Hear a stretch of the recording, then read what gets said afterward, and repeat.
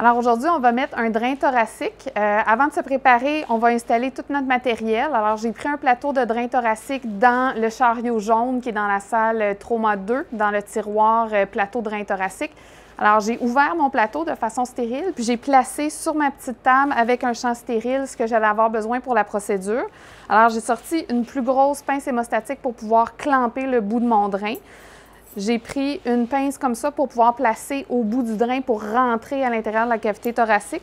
Une autre pince hémostatique pour pouvoir percer la peau. Un ciseau pour couper mes fils. Un porte-aiguille pour fixer le drain à la suite. J'ai une aiguille 25 et une aiguille 18 pour pouvoir faire mon anesthésie avec une seringue de 10 cc. Un bistouri lame 11.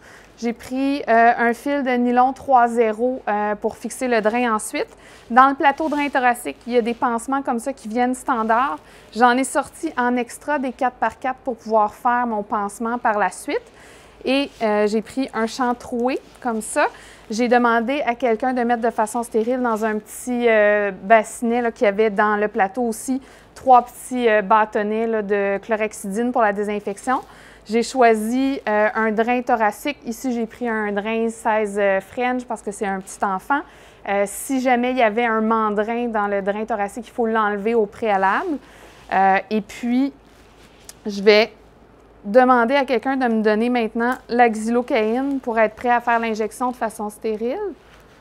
Alors, on peut s'en prendre là, 10 cc pour ne pas avoir à s'en resservir, mais c'est sûr qu'il faut aller là, selon le poids du patient. Donc, j'ai pris l'aiguille 25 pour retirer, puis là, je vais mettre une aiguille. En fait, j'ai pris l'aiguille 18 pour retirer, puis je vais mettre l'aiguille 25 là, pour faire mon injection. Donc, avant de commencer, je vais juste préparer mon drain. Donc, je vais clamper ici pour éviter les dégâts une fois que je vais l'insérer. Puis, je vais tout de suite placer mon hémostate au bout du drain pour faciliter l'insertion.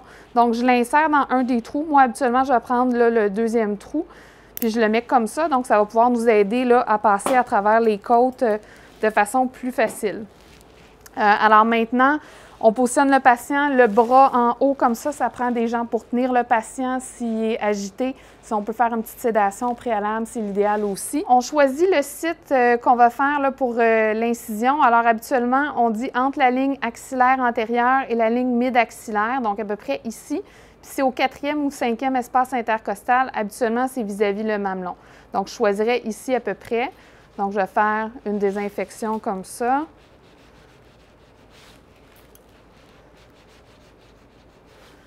Je vais placer le champ. Donc, il y a plusieurs champs qui existent. Ici, je prends un champ troué, mais on peut prendre 4 champs autocollants aussi.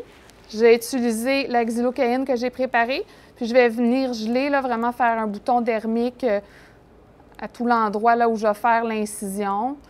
Je peux même aller un petit peu plus profondément là, entre les côtes pour geler un petit peu plus les tissus profonds. Puis on peut s'en garder par la suite si jamais là, il y a de la douleur, on peut geler même la plèvre. Je vais venir faire mon incision. Donc, ce n'est pas une procédure qui est esthétique. Donc, je fais une incision là, qui est quand même assez grande. Là, je dirais un minimum là, de 2 cm. Puis, je peux essayer d'ouvrir un petit peu là, les tissus adipeux sous-cutanés avec mon bistouri aussi. Une fois que j'ai complété mon incision, je vais venir prendre la pince hémostatique que je vais utiliser pour vraiment écarter les tissus comme ça. Une fois que ça c'est fait, on ferme notre pince hémostatique, on utilise notre doigt comme ça pour avoir un meilleur contrôle. On va venir s'appuyer sur le rebord supérieur de la côte inférieure pour ne pas endommager les vaisseaux. On met la main comme ça sur le thorax du patient pour stabiliser, puis là, on va aller percer la plèvre. Une fois qu'on perce la plèvre, on le sent parce qu'on franchit quand même une résistance. Alors, une fois que je suis dans la plèvre, je ne ressors pas et je vais ouvrir ma pince hémostatique comme ça pour vraiment écarter tous les muscles intercostaux. Une fois que j'ai fait ça, je peux venir insérer mon doigt entre les côtes comme ça. C'est sûr, si c'est un très petit patient, c'est difficile. Normalement, je devrais sentir le poumon se gonfler sur mon doigt. Ça démontre que je suis vraiment à la bonne place. Si je faisais une thoracostomie digitale, la procédure serait finie à cette étape-là. Comme ici, je mets un drain thoracique, je vais venir prendre le drain thoracique que j'avais placé au préalable sur ma pince hémostatique. Tout était prêt, donc je peux même laisser mon doigt pour me guider, suivre mon doigt comme ça entrer à l'intérieur. Une fois que j'ai rentré à l'intérieur, que j'ai franchi les côtes, j'enlève ma pince hémostatique qui est sur le bout du drain. Puis là, je vais venir entrer le drain dans la cavité thoracique. Il faut que je m'assure que tous les trous soient à l'intérieur. Normalement, on sent le bout du drain là, abuté à l'apex. Une fois qu'on sent ça, on peut le retirer un peu. On aurait pu aussi au préalable mesurer sur le patient pour savoir à peu près à quelle distance on devrait être. Donc ici, là, je suis à peu près à 6 à la peau. Normalement, on devrait voir dans le drain là, de la buée qui nous confirme qu'on est à la bonne place. On peut avoir du liquide pleural, on peut avoir du sang. Donc, si j'ai un doute, là, je peux même relâcher là, ma pince ici pour voir là, que j'ai bien une oscillation et tout ça. Alors, quand je confirme le bon placement, je vais venir fixer le drain, faire un point d'un côté comme ça.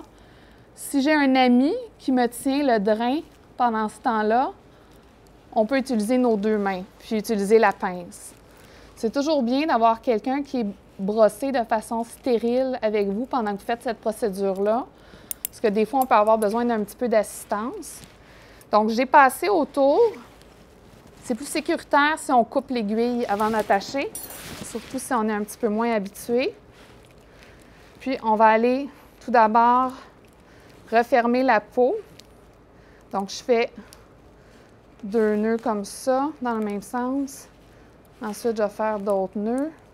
Ici, notre patient a la peau un petit peu fragile, fait que ça déchire. Ça ne fera pas ça sur le vrai patient. Donc, je passe de chaque côté comme ça. Puis, je vais venir serrer sur le nœud. On veut sentir là, que ça serre un petit peu sur le nœud. Donc, je fais sur le drain. On fait deux points dans le même sens. Puis là, on a comme barré. Puis là, on va en refaire comme ça, quelques-uns. Puis j'en refais là habituellement un autre comme ça.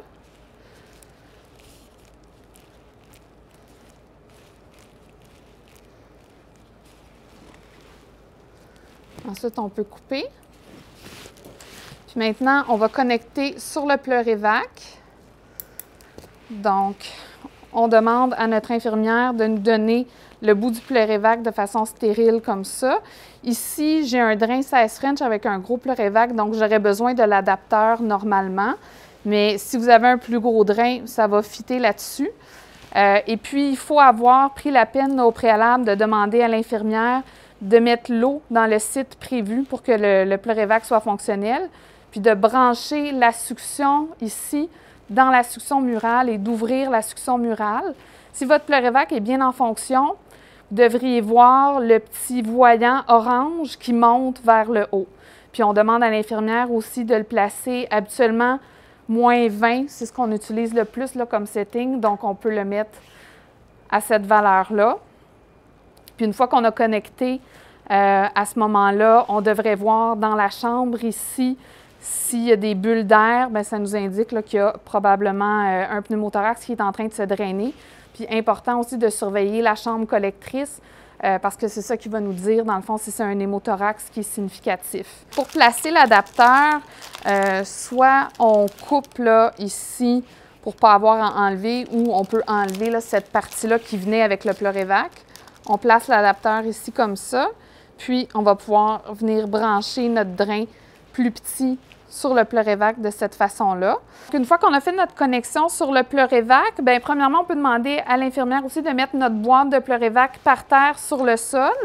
Puis, on va se préparer pour le pansement. Donc, la façon la plus facile d'enlever le champ, c'est juste de le couper comme ça. Là. Comme ça, on n'a pas à passer dans le trou.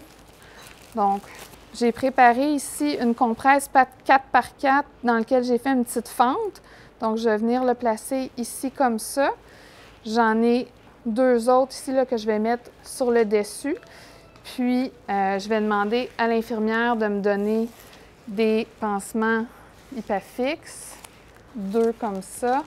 Donc, on vient vraiment sécuriser là, partout où on a mis la compresse 4x4. On vient faire un petit pincement là, comme ça au niveau du drain pour le stabiliser encore. Donc, comme ça, notre drain est bien sécurisé. La dernière chose qu'on va faire, donc maintenant, je ne suis plus stérile, là, je vais juste prendre du papier collant rose. Puis, je vais venir faire une bande comme ça pour connecter les deux tubes. Je vais prendre un autre bout comme ça, puis je vais venir faire le tour d'un côté, puis le tour de l'autre comme ça. Je laisse la connexion libre, comme ça, si jamais ça se déconnectait complètement, ça serait plus facile de voir. Donc, comme ça, le pansement est fait, le drain est sécurisé.